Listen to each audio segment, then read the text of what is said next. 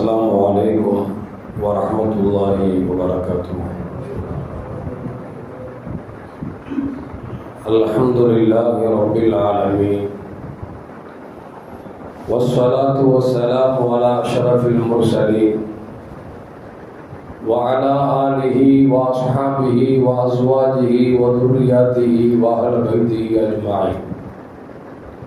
أما بعد، فقد قال الله تعالى في القرآن العظيم وفي الفرقان المجيد: أعوذ بالله من الشيطان الرجيم، بفضل بسم الله الرحمن الرحيم، ولتكبروا الله على ما هداكم ولعلكم تشكرون. صدق الله العلي العظيم. قال نبينا محمد رسول الله صلى الله عليه وسلم: زكاة الفطر طهرة للصائم من اللغو والرفث وطعمة للمساكين، من أداها قبل الصلاة فهي زكاة مقبولة، ومن أداها بعد الصلاة فهي صدقة من صدقات، أو كما قال عليه الصلاة والسلام. رضينا بالله ربا وبالإسلام دينا وبمحمد صلى الله عليه وسلم نبيا ورسولا. يا سيدي يا رسول الله، خذ بيدي قلت حيلتي، أدركني يا شفيع المذنبين. اللهم صل وسلم على رسولك سيدنا ونبينا مولانا محمد وعلى آل سيدنا محمد وبارك وسلم عليه. எல்லாம் புகழும் புகழ்ச்சியும் உருவமற்ற ஏக இறைவனாம் அல்லாஹ் ஒருவனுக்கே உரித்தாக்கி அகிலத்தின் அருள்கொடையாக வந்துரைத்த நமது உயிரிலும் மேலான கண்மணி முஹம்மது ரசூலுல்லாஹி ஸல்லல்லாஹு அலைஹி வஸல்லம் அவர்கள் மீது ஸலவாத்தும் ஸலாமும் கூறியவனாக என் உரையை துவங்குகிறேன். எல்லாம் வல்ல அல்லாஹ் ஜல்ல ஜலாலுஹு எதை சொல்லவும் கேட்கவும் வாய்ப்பளித்தானோ அதன்படி நடந்து நல்ல மூமின்களாக வாழ்ந்து இந்த உலகத்தை விட்டு பிரிகிற பொழுது லா இலாஹ இல்லல்லாஹ் முஹம்மது ரசூலுல்லாஹ் என்ற கலிமாவை மொழிந்து ஜன்னத்துல் ஃபிர்தௌஸை கண்ணால் கண்டு மகிழ்ந்து சிரித்தவனமாக மரணிக்கக்கூடிய நல்வாக்கியம் பெற்ற மக்களில் அல்லாஹ் நம்மை ஆக்கிக் கொள்வானாக. மரணித்தும் மரணிக்காத இறைநேசரின் கூட்டத்தில் அல்லாஹ் நம்மை ஆக்கி அருள்வானாக. நாளை மறுமையிலே மாநபி முஹம்மது ரசூலுல்லாஹி ஸல்லல்லாஹு அலைஹி வஸல்லம் அவர்களின் திருக்கரங்களால் ஹவ்துல் கௌசர் என்கிற தடாகத்தில் நீர் வருகி அன்னாரின் ஷஃபாத்தை பெற்று அன்னாரின் கரம் பிடித்து ஜன்னத்துல் ஃபிர்தௌஸ் என்ற உயர்ந்த சொர்க்கத்தில் அவர்களோடு அல்லாஹ் நம்மை சங்கமிக்க செய்வானாக. எல்லாவற்றுக்கும் மேலாக இறை அன்பை பெற்று இறைவனை பார்த்து பரவசமடையக்கூடிய அவன் இக்காவையும் ரிதாவையும் பெற்ற மக்களில் அல்லாஹ் நம்மை ஆக்கிக் கொள்வானாக. அருமையான மூமின்களை, கடந்த வார ஜும்மாவில ரமலானுடைய இறுதி ஜும்மா என்று நான் உங்களிடத்தில் சொன்னேன். காரணம், வெள்ளிக்கிழமை பெருநாள் வந்துடும் என்கிற எண்ணத்தில் அது கடைசி ஜும்மாவாக அமையக்கூடும் என்று சொல்லியிருந்தோம். இறைவன் விதியில் எது இருக்கிறதோ அதுதான் நடக்கும்.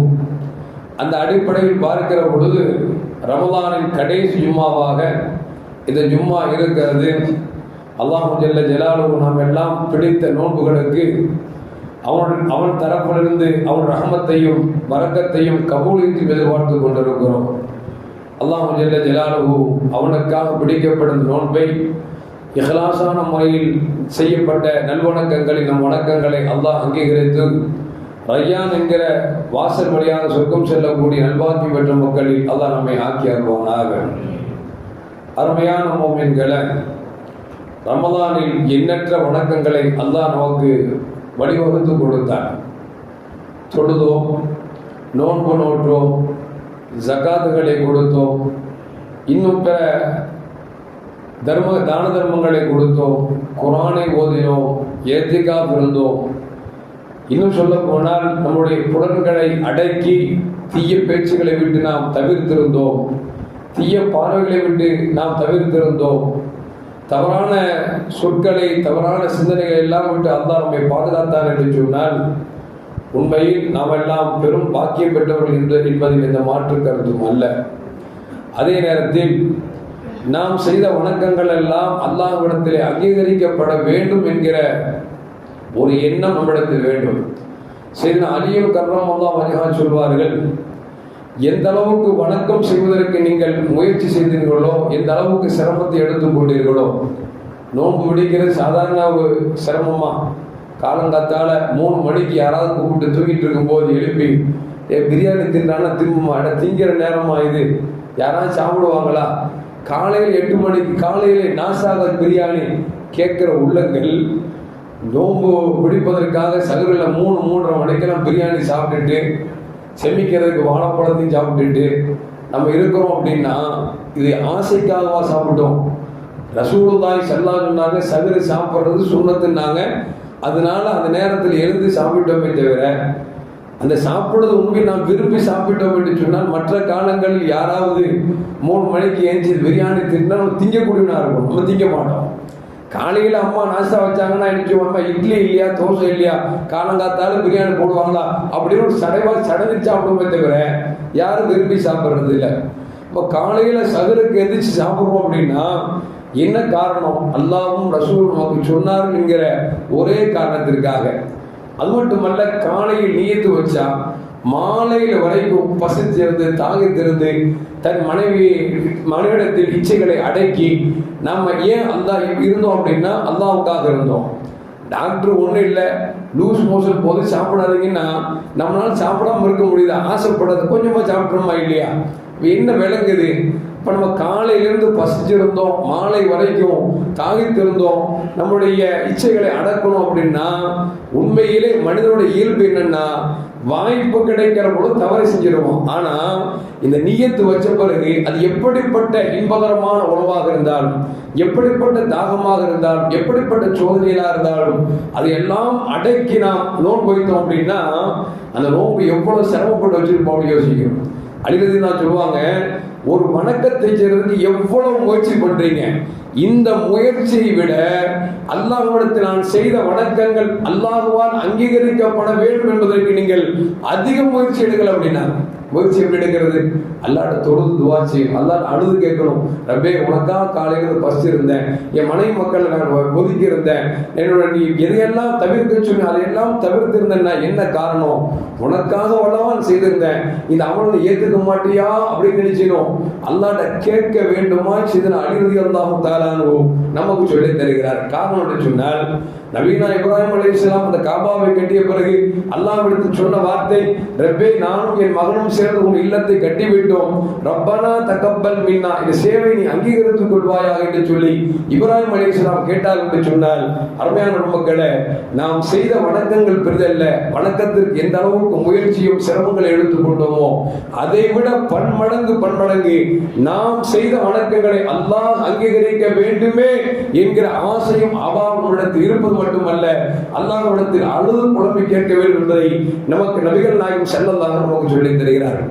அன்னை ராபியத்துல் பஸரியா ரலியல்லாஹு தஆலா அவங்க சொல்வாங்களாம், ரப்பே சிலர் வணக்கம் புரிகிறார்கள் சொர்க்கத்திற்காக, சிலருக்கு வணக்கம் புரிகிறார்கள் நரகத்தை விட்டு பாதுகாப்பு தேடுவதற்காக, நான் வணக்கம் செய்வது ஏதோ சொர்க்கத்திற்கோ நரகத்திற்கோ அல்ல, மாறாக உன்னிடத்தில் கபூலியத் எனக்கு கிடைக்க வேண்டும். அந்த கபூலியத் நீ என்னிடத்தில் அந்த வணக்கங்களை ஏற்றுக்கொண்டு உன்னுடைய பிரியத்திற்கும் உன்னுடைய ரிலாவுக்கும் பொருத்தமான மக்களாக நான் ஆக வேண்டுவதற்காகத்தான் நான் வணங்குகிறேனே தவிர சாதாரண சொர்க்கத்திற்கோ நரகத்திற்கோ ஆசைப்பட்டு வணங்கவில்லை என்று சொல்லி அன்னை ராபியத்துல் பஸரியா ரலியல்லாஹு தஆலா அன்ஹா சொல்வார்கள் என்று சொன்னார். அருமையான மக்களே, நாமும் அப்படித்தான் இருக்க வேண்டும். எத்தனையோ வணக்கங்கள் செய்தோம், தொழுதோம், நோன்பு வைத்தோம், தான தர்மங்கள் கொடுத்தோம், என்னென்ன காரியங்கள் செய்தோமோ எல்லா காரியங்களும் செய்தது உண்மைதான். ஆனால் அல்லாஹ்வால் அங்கீகரிக்கப்பட்டதா என்பது மிக மிக முக்கியமானது என்பதை விளங்கிக் கொண்டு மீதம் இருக்கக்கூடிய நாட்களில் நாம் துஆ செய்யணும். யா அல்லாஹ், நான் செஞ்ச வணக்கத்தை அங்கீகரித்துக் கொள்வாயாக, கபூல் செய்து கொள்வாயாக சொல்லி அல்லாஹ்ட்ட கேட்க வேண்டுமாய் அல்லாஹ்வும் ரசூலும் சஹாபாக்களும் நமக்கு சொல்லித் தருகிறார் என்பதை நாம் மறந்து விடக்கூடாது. அருமையான மூமின்களே, இன்று மக்ரிப் நோன்பு திறந்துட்டோம் அப்படின்னா அடுத்து மக்ரிப் தொழுகைக்கு தக்பீர் ஆரம்பிச்சிருவோம். இது வரைக்கும் அப்படின்னா இமாம் சாப் நாளைக்கு பெருநாள் தொழுகை முடிகிற வரைக்கும் தக்பீர் சொல்ல ஆரம்பிச்சிடும். அல்லாஹ் அக்பர் அல்லாஹ் அக்பர் லா இலாஹ இல்லல்லாஹ் அல்லாஹ் அக்பர் சொல்லி தக்பீர் சொல்ல ஆரம்பிச்சிடும். ஏன்னா அல்லாஹ் ஜல்ல ஜலாலுஹு சொல்றான், வலி துகப்பிருல்லாஹ் அலா மா ஹதாக்கும் வலா அல்லக்கும் தஷ்குரூன். அல்லாஹ் உங்களை நேரான வழியில வச்சான் பார்த்தீங்களா, அவனுக்கு நன்றி செலுத்துவதற்காகவே அல்லாஹ் நீங்கள் தக்பீர் சொல்லுங்கள் என்று சொல்லி நமக்கு அல்லாஹ் ஜல்ல ஜலாலுஹு நமக்கு குர்ஆன்ல சொல்லி காட்டுகிறார். அருமையான முஃமின்களே, இந்த உம்மத்தின் மீது அல்லாஹ் எந்த அளவுக்கு கருணை செலுத்தியிருக்கிறான், எந்த அளவுக்கு அன்பு செலுத்தியிருக்கிறான் என்று சொன்னால், நம் பார்வையில் பார்த்தால் அது ஏதோ சிரமத்தை தருவது போன்று தெரிகிறது. உண்மையில் சிரமம் அல்ல, மாறாக அல்லாஹ் உம்மத்தின் மீது கொண்ட அலாதியான பாசத்தின் காரணமாக, அது உம்மத்தே முஹம்மது ரசூலுல்லாஹி ஸல்லல்லாஹு அலைஹி வஸல்லம் உம்மத்தாக வந்ததன் காரணமாக அல்லாஹ் நம்ம மீது எந்த அளவுக்கு நம்ம மீது பாசம் வைத்திருக்கிறான் என்று சொன்னால், ரமையான முஃமின்களே, இந்த நோன்பு முடிஞ்ச ஒன்று நாளைக்கு பெருநாள் தொழுவதற்கு முன்னால நம்ம சதகத்துல் ஃபித்ர் அப்படின்னு சொல்லி ஒன்று அல்லாஹ் ஜல்ல ஜலாலுஹு நமக்கு ஏற்படுத்தி கொடுத்திருக்கிறான். அதான் அல்லாஹ் சொல்வான், குதுமி அம்பாலியும் சதகத்தன் துதஹிரும் வ துஸக்கியும். மக்கள்கிட்ட இருந்து தான தர்மத்தை எடுத்து ஏழை மக்களுக்கு கொடுப்பதை கொண்டு அந்த மக்களை நீங்கள் பரிசுத்தப்படுத்துங்கள் என்று சொல்லி அல்லாஹ் ஜல்ல ஜலாலுஹு குர்ஆன்ல சொல்லி காட்டுகிறான். கண்மணி முஹம்மது ரசூலுல்லாஹி ஸல்லல்லாஹு அலைஹி வஸல்லம் ஜகாத்துல் ஃபித்ர் துஹ்ரத்துல் லிஸ்ஸாயிம். இந்த ஜகாத்துல் ஃபித்ர் இருக்கிற இந்த ஃபித்ராவுடைய அரிசி, ஃபித்ராவுடைய தர்மம் சொல்றோமே, இது எதுக்கு அப்படின்னா, நோன்பாளிகள் அவர்கள் நோன்பு இருக்கிற நிலையில் ஏதாவது தவறான செயலை செய்து விட்டால், தவறான வார்த்தையை சொல்லிவிட்டால், அந்த குற்றம் கூட அல்லாஹ்விடத்தில் பிடிக்கப்படக்கூடாது, அந்த நோன்பில் எந்த விதமான குறையும் ஏற்பட்டு விடக்கூடாது என்பதற்காகவே அல்லாஹ் நபிகள் நாயகம் ஸல்லல்லாஹு அலைஹி வஸல்லம் இந்த சதகத்துல் ஃபித்ரை எடுத்து ஏழை மக்களுக்கு கொடுக்க சொன்னார் என்பதை நபிகள் நாயகம் ஸல்லல்லாஹு அலைஹி வஸல்லம் சொல்றாங்க. மன் அத்தாஹா கபல ஸலாம் ஃபஹிய ஜகாத்து மக்பூலா. யார் தொழுகைக்கு முன்னால் கொடுக்கிறார்களோ அது ஜகாத்துல் ஃபித்ரா என்று சொல்லக்கூடிய அந்த ஃபித்ராவுடைய தர்மம் நன்மை கிடைக்கும். யார் தொழுகைக்கு பிறகு கொடுக்கிறார்களோ அது வெறும் சாதாரண தர்மம் தான், தர்மத்தின் நன்மை தருமை தவிர ஜகாத்துல் ஃபித்ராவுடைய நன்மை கிடைக்காது என்று நபிகள் நாயகம் ஸல்லல்லாஹு அலைஹி வஸல்லம் சொல்லித்தரார். இதிலிருந்து என்ன விளங்குது அப்படின்னா, நம்ம தொழுகைக்கு முன்னாலேயே நாம தான தர்மத்தை ஜகாத்துல் ஃபித்ராவை கொடுத்து விட வேண்டும். நான் போன வாரமே சொல்லிட்டேன், ஏன்னா போன வாரம் கடைசி ஜும்மாவா இருக்குனால போன வாரமே சொல்லிட்டோம். ஷாஃபி மதுஹபை பொறுத்த வரைக்கும், ஹனபி மதுஹபை பொறுத்த வரைக்கும் 1 கிலோ 600 கிராம் அரிசி அல்லது கோதுமை அல்லது கிரேம் கொடுக்கலாம். ஷாஃபி மதுஹபை சார்ந்தவர்கள் 2 கிலோ 400 கிராம் கோதுமை அரிசி தான் கொடுக்க வேண்டும் தவிர காசு பணம் கொடுப்பது உசிதமானது அல்ல அப்படிங்கிறதையும் நாம சொல்லிட்டோம். அப்புறம் நோன்பு பெருநாள் தொழுகைக்கு முன்னாலே கொடுப்பது சால சிறந்தது. உஸ்மான் ரலியல்லாஹு தஆலா அன்ஹு மிகப்பெரிய செல்வந்தர்கள், அவர்கள் கேட்டால் கேட்காமலே கொடுக்கக்கூடிய உள்ளவர்கள். ஒரு நாள் அவர்கள் நோன்பு பெருநாளுக்கு முன் கொடுப்பதை அவர்கள் ஏதோ ஒரு காரணத்தின் காரணமாக தவிர்த்து போனதால், மறந்து போனதால், அந்த ஜகாத்துல் ஃபித்ராவுக்கு பதிலாக பெருநாள் தொழுகைக்கு பிறகு அவர்கள் 100 ஒட்டகத்தை தானம் கொடுத்தார்கள். கண்மணி முஹம்மது ரசூலுல்லாஹி சொன்னாங்க, யார சொல்லலாம், நோன்பு பெருநாளுக்கு முன்னால் கொடுக்க வேண்டிய ஜகாத்துல் ஃபித்ராவை நான் கொடுக்க மறந்து விட்டேன். எனவே நான் அதற்கு பரிகாரமாக நோன்பு பெருநாளுக்கு பிறகு நான் 100 ஒட்டகத்தை தான தர்மம் செய்தேன் என்று சொன்ன பொழுது நபிகள் நாயகம் ஸல்லல்லாஹு அலைஹி வஸல்லம் அந்த நோன்பு பெருநாளுக்கு முன்னால் கொடுக்கக்கூடிய 1 கிலோ 600 கிராம் அல்லது ஷாஃபி மதுஹபை பொறுத்த வரைக்கும் 2 கிலோ 400 கிராம் அந்த தர்மத்திற்கு நீங்கள் 100 ஒட்டகை கொடுத்தாலும் ஈடாகாது என்றார்கள் பெருமானார் ஸல்லல்லாஹு அலைஹி வஸல்லம். ஒரு ஒட்டகம் என்ன ரேட் இருக்கும், 100 ஒட்டகத்தை கொடுத்துருக்காங்கன்னா அவங்க செல்வம் எந்த அளவுக்கு விலாசமானதா இருக்கும். அந்த 100 ஒட்டகத்தை கொடுத்துட்டு சொல்றாங்க, நோன்பு பெருநாளுக்கு முன்னால் கொடுக்க வேண்டிய தர்மத்தை கொடுக்காதன் காரணமாக நான் குற்றப்பரிகாரமாக நான் 100 ஒட்டகத்தை கொடுத்தேன் என்று சொல்லும் பொழுது நபி சொன்னாங்க, இது சாதாரண தர்மம், அது சதகத்துல் ஃபித்ர் நன்மை எட்டாது என்று பெருமானார் ஸல்லல்லாஹு அலைஹி சொல்றாங்க. அப்படின்னா அருமையான மக்களை யோசித்து பார்க்க வேண்டும். சதகத்துல் ஃபித்ராவை தொழுகைக்கு முன்னால் கொடுக்க வேண்டும் என்பதை நாம் மறந்துவிடக் கூடாது. அது மட்டுமல்ல அருமையான முஃமின்களே, பெருமானார் ஸல்லல்லாஹு அலைஹி சொல்லுவாங்க, ஏன் அந்த நேரத்தில் தொழுகைக்கு முன்னால் கொடுக்கணும் அப்படின்னா, ஏழை எளிய மக்கள் முஸ்லிம்கள் இருப்பாங்களா இல்லையா, அவர்கள் தேவையின் காரணமாக ஒருவர் ஒரு முகத்தை இன்னொரு பார்த்து விடக்கூடாது. ஏதாவது தருவாரா, ஏதாவது தரமாட்டாரா அப்படின்னு ஏங்கி விடக்கூடாது என்பதற்காக, ஏழைகளின் பசியை போக்குவதற்காகத்தான் நபிகள் நாயகம் ஸல்லல்லாஹு அலைஹி வஸல்லம் சதகத்துல் ஃபித்ராவை கொடுத்தார்கள். இன்னொரு ஹதீஸ்ல வருது, ஏழைகள் உங்களை சுற்றி சுற்றி தவாப் செய்யக்கூடிய நிலைக்கு வந்து விடக்கூடாது. இவன் இங்க போனா அவர் தருவாரா, அங்க போனா அவங்க தருவாங்களா அப்படின்னு ஏழைகள் பெருநாள் தினத்தன்று அவர்களை யாசம் கேட்கக்கூடிய அளவிற்கு தள்ளிவிடக்கூடாததற்காகத்தான் நபிகள் நாயகம் ஸல்லல்லாஹு அலைஹி வஸல்லம் சதகத்துல் ஃபித்ராவை கொடுத்தார்கள் என்பது நமக்கு வரலாறு நமக்கு சொல்லி காட்டுகிறது. அது மட்டுமல்ல, அருமையான முஃமின்களே, வக்கீ இப்னு ஜர்ராஹ் ரலியல்லாஹு தஆலா சொல்றாங்க, இந்த சதகத்துல் ஃபித்ர் அப்படிங்கிறது எப்படி என்று சொன்னால் சஜித்தை சஹ்வலி ஸலா, தொழுகை ஒரு மறதியை ஏதோ விட்டுட்டேன்னு வச்சுங்களேன், அதுக்கு பதிலாக நாம் எப்படி 2 சஜ்தாக்களை செய்து மறதியானதற்கு நாம் குற்றப்பரிகாரம் செய்கிறோமோ அது போன்று நோன்பாளிகள் நோன்பிலை செய்த குற்றங்களுக்கு பகரமாகத்தான் இந்த சதகத்துல் ஃபித்ராவை நபிகள் நாயகம் ஸல்லல்லாஹு அலைஹி வஸல்லம் ஏற்படுத்தினார் என்பதை நமக்கு வக்கீ ரலியல்லாஹு தஆலா அவர்கள் நமக்கு சொல்லி காட்டுகிறார்கள். அருமையான மக்களே, அது மட்டுமல்ல, இந்த பெருநாள் உண்மையிலே நாம் எல்லாம் முஸ்லிமா பிறந்ததற்கு அல்லாஹ்வுக்கு ஆயிரம் நன்றி செலுத்தினாலும் ஈடாகாது. ஏன்னா மாற்றாருடைய அந்த திருநாள் என்று எடுத்துக்கொண்டால் அரசாங்கம் விதிக்கிற முதல் திட்டம் என்னன்னா, தீபாவளியா 600 கோடிக்கு மது விற்கிறோம், பொங்கலா 700 கோடிக்கு மது விற்கிறோம். அரசாங்கம் டார்கெட் என்ன செய்யறா, இவ்வளவு மது விற்கிறது சொல்லி. எங்கேயாவது பெருநாள் அன்னைக்கு அரசாங்கம் அப்படி விதிக்கிறானா? அரசாங்கம் முஸ்லிம்கள் பெருநாள் அன்னைக்கு நோன்பு பெருநாள்ல 1000 கோடிக்கு மது விற்கிறோம், அல்லது ஹஜ்ஜி பெருநாள்ல 500 கோடிக்கு மது விற்கிறோம் அப்படின்னு எந்த அரசாங்கமா சட்டம் போடுதா?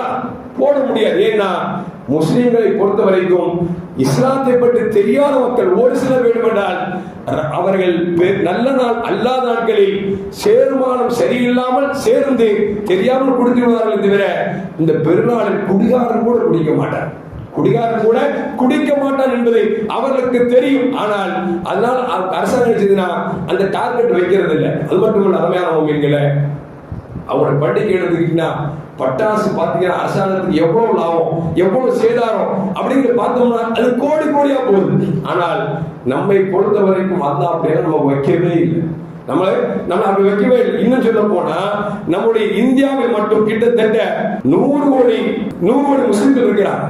அப்படி இருக்கிற பொழுது அது 25% முஸ்லிம்கள் இருக்கிறாங்க. மொத்த மக்கள்ல 25% முஸ்லிம்கள் இருக்கிறாங்க. ஒரு ஆளுக்கு 140 ரூபாய் குறைஞ்சபட்சம் நமக்கு கணக்கிட்டோம் அப்படின்னா, அல்லாஹ் அக்பர், நம்முடைய அந்த ஈதுல் ஃபித்ருடைய அந்த காசு மட்டும் 2800 கோடி தானம் தர்மம். எவ்வளவுங்க? இந்தியாவில் மட்டும் 25% மக்கள் கொடுக்கக்கூடிய தர்மத்துடைய கணக்கு போட்டோம் அப்படின்னா 2800 கோடி அளவுக்கு நாம் தர்மம் செய்கிறோம் என்று சொன்னால் இதை விட நமக்கு என்ன கிஃப்ட் இருக்கு? இதை விட நாம் பெற்ற பாக்கியம் என்ன இருக்குது? அதனால அல்லாஹ் சொல்றான், உங்களை நேரான வழியில் நடத்தியதன் காரணமாக, உங்கள் நேர்வழி நாம் செலுத்தியதன் காரணமாக நீங்க அல்லாஹ்வை தக்பீர் சொல்லிடுச்சீங்க, நன்றி செலுத்துங்கள் என்று சொல்லி அல்லாஹ் ஜல்ல ஜலாலுஹு சொல்கிறான் என்பதையும் நாம் மறந்துவிடக் கூடாது. அருமையான முஃமின்களே, அது மட்டுமல்ல, பெருநாள் தினம் என்பது நல்ல ஒரு சிறந்த நாள்.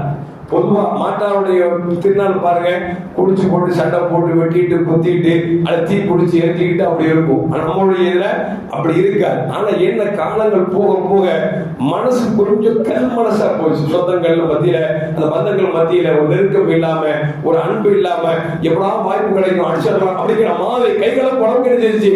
இன்னைக்கு சமூகம் கொஞ்சம் கொஞ்சமாக மாற்றாளர்களை போன்று போய் கொண்டு இருக்கிறார். அல்லாஹ் காப்பாற்றும். எதுக்கு சொல்லுவார் அப்படின்னா, இந்த பெருநாள் என்பது நம்முடைய மனசில் இருக்கக்கூடிய கள்ளம் கபடங்களை அகற்றிவிட்டு, நமக்கு மத்தியில் இருக்கக்கூடிய பிணக்களை அகற்றிவிட்டு நாம் எல்லோரும் சந்தோஷமாக இருக்கிறதற்காகத்தான் இந்த பெருநாளை அல்லாஹ் ஜல்ல ஜலாலுஹு நமக்கு கொடுத்திருக்கான். அல்லாஹ் குர்ஆனில் சொல்வான், குல் பி ஃபத்லில்லாஹி வ பி ரஹ்மத்திஹி ஃபபிதாலிக ஃபல்யஃப்ரஹு ஹுவ கைரும் மிம்மா யஜ்மூன். அல்லாஹ் உங்களுக்கு எவ்வளவு ஃபضل செஞ்சிருக்கான், எவ்வளவு ரஹமத் செஞ்சிருக்கான். அந்த ரஹமத்தை நினைத்து நீங்கள் செய்யுங்க, சந்தோஷப்படுங்கள். அப்படி சந்தோஷப்படுவது நீங்கள் சேர்த்து வைத்திருக்கிற பொருட்களை விட அது சாலச் சிறந்தது என்று அல்லாஹ் ஜல்ல ஜலாலுஹு சொல்லி காட்டுகிறான் என்று சொன்னால், அருமையான மக்களே, பெருநாள் தினம் என்பது மகிழ்ச்சி வெளிப்படுத்தக்கூடிய நாள்.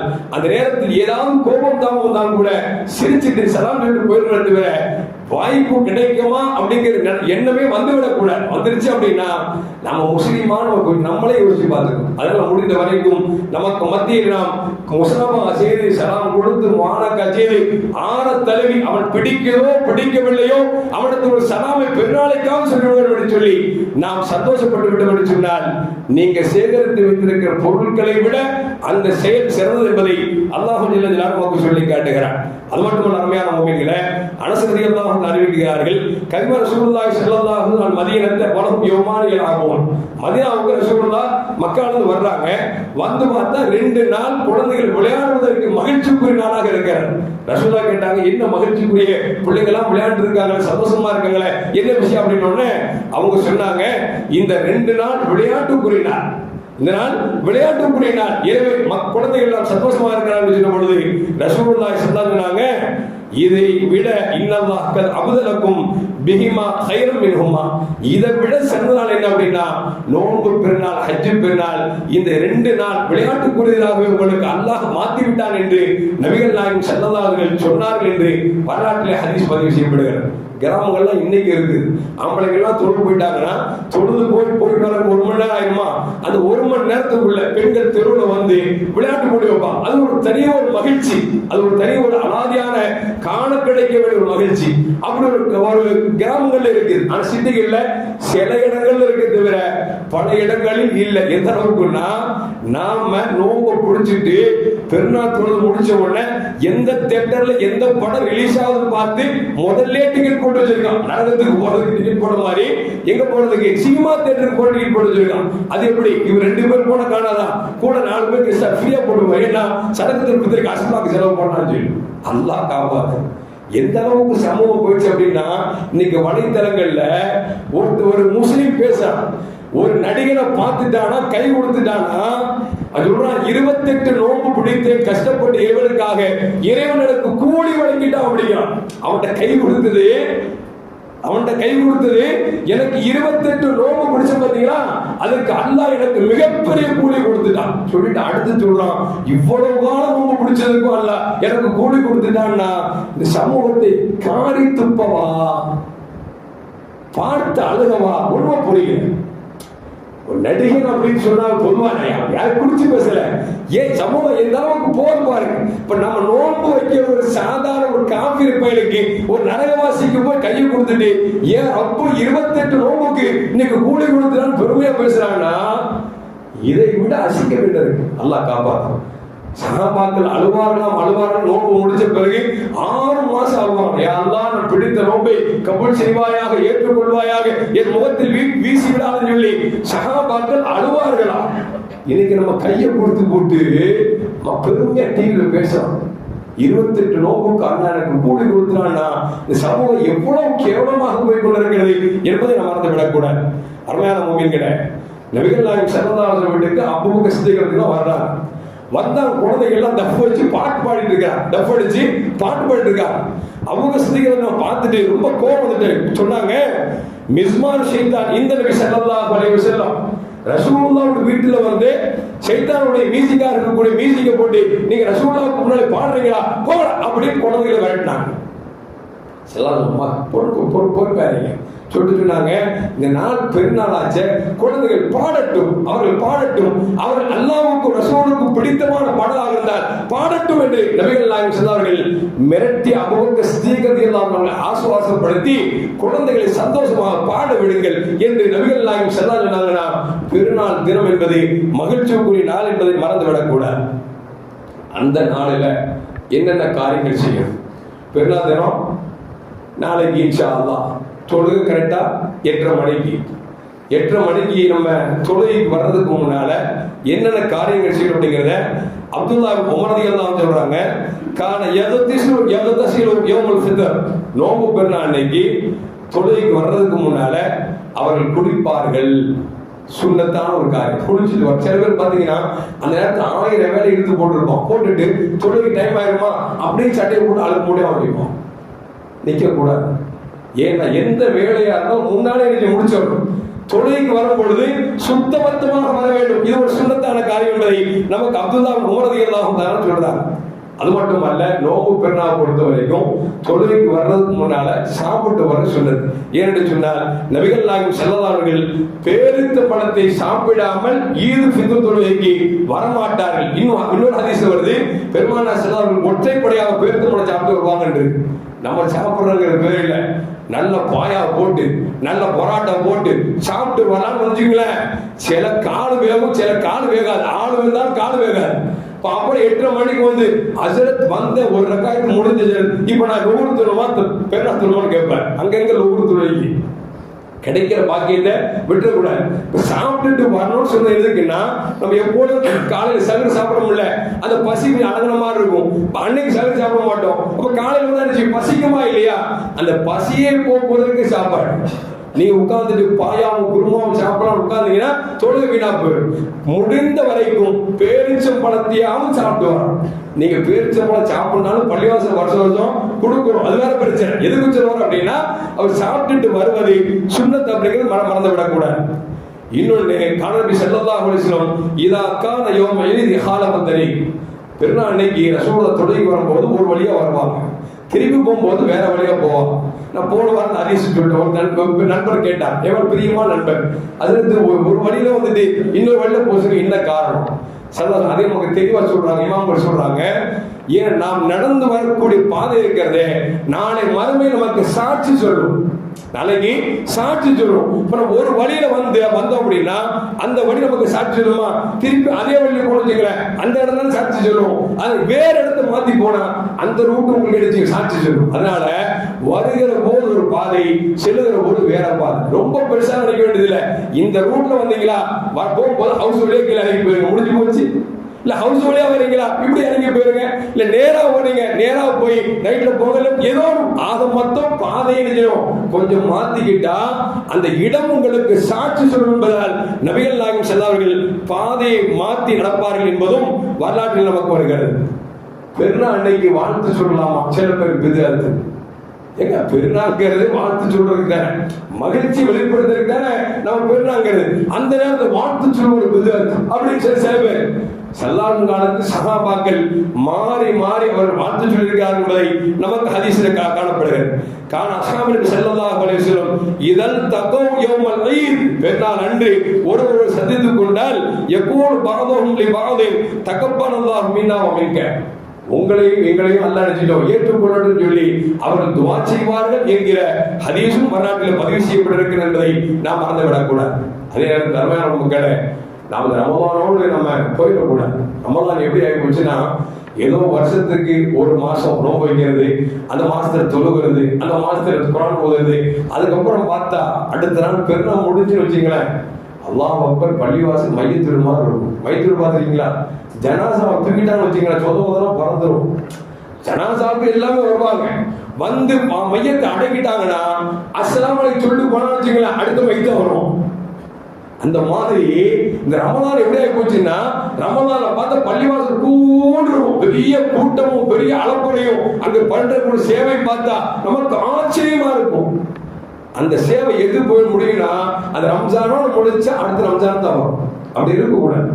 ஏன்னா பள்ளிவாசல் நாம் அல்லாஹ்வை வணங்குவதற்காக கட்டி வைக்கப்பட்ட பள்ளிவாசல். வணக்கம் அல்லாஹ் தினந்தோறும் நமக்கு கொடுத்திருக்கிறார். இன்னும் சொல்ல போனா அருமையான மக்களை, 5 வக்து தொழுகை நமக்கு கடமையாக்கப்பட்டுச்சு. முதல்ல 50 வக்தா இருந்துச்சு, நமக்கு 5 வக்தா ஆக்கினான். அந்த 50 வக்துக்குள்ள நன்மை அல்லாஹ் 5 வக்தில் வச்சிருக்கிறான். அதனுடைய வெளிப்பாடு தான் பாங்கு சொல்றாங்க பாத்தீங்களா? அந்த பாங்குல பாருங்க 50 வார்த்தைகள் கொண்டு இருக்கிறது. 50 வார்த்தைகள் கொண்டு இருக்கிறது. ஏன்னு சொன்னால், நீ 5 வக்து தொழுதால் 50 வக்துடைய நன்மை கிடைக்கும் என்பது அறிகுறியாகத்தான் பாங்கை அல்லாஹ் அக்பர் அல்லாஹ் அக்பர் அஷ்ஹது அல்லா இலாஹ இல்லல்லாஹ் பாங்க எடுத்துக்கிட்டீங்கன்னா அந்த வார்த்தை ஒட்டுமொத்த வார்த்தைகள் மொத்தம் 50 வார்த்தைகள். என்ன காரணம் அப்படின்னா, மூமின்களை மறந்து விடாதீர்கள். 50 வக்து உங்களுக்கு 5 குறைத்து கொடுத்தாலும் நன்மையை நான் குறைக்கவில்லை என்பதன் அடையாளமாகத்தான் அல்லாஹ் பாங்கின் ஓசையில் அப்படி ஒரு தத்துவத்தை வைத்திருக்கிறான் என்பதை மறந்து விடக்கூடாது. ரம்ஜான் முடிஞ்ச பிறகு 6 நோம்புன்னு ஒன்று இருக்குது. சில பேர் என்ன பழக்கம் அப்படின்னா, வயசான கிணவு கண்ணை தான் வைக்கிறோம் அப்படின்னு சில கிராமங்கள்ல இப்படியே கிணவு தான் வைக்கிறோம் அப்படின்னு. உண்மையில அப்படி அல்ல, யாரு வேண்டாலும் வைக்கலாம். சுன்னத்தான் நோன்பு, கடமை அல்ல. ஆனால் என்ன நன்மை என்பதை நபிகள் நாயகம் சொல்றாங்க. மன் சாம ரமலான் சும்ம அத்பஹு சித்தன், ரமலான் 30 நோன்பு வச்சார், மடிச்சிட்டு தொடர்ந்து பெருநாளைக்கு அடுத்து 6 நோன்பு வைத்தால் கசியாமுத்தக ஒரு வருஷம் நோன்பு நோட்டால் என்ன நன்மையோ அந்த நன்மை கிடைக்கும் என்றார்கள் நபிகள் நாயகம் ஸல்லல்லாஹு அலைஹி வஸல்லம்.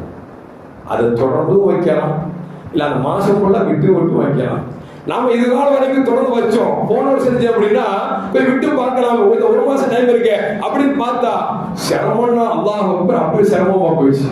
சொல்லுவோம்ல, கஷ்டத்தோட கஷ்டமா தூக்கலாம்ப்பா, கொஞ்சம் ரெஸ்ட் எடுத்துருவோம், சிரமம் பண்ணிடுவோம்ல, அந்த மாதிரி ஒரு மாசம் கூட வைக்கலான் இருக்குது அப்படின்னு போன வருஷம் கொஞ்சம் முயற்சி பண்ணோம், வைக்கிறதுக்குள்ள நாக்கு தள்ளிடுச்சு. ஏன்?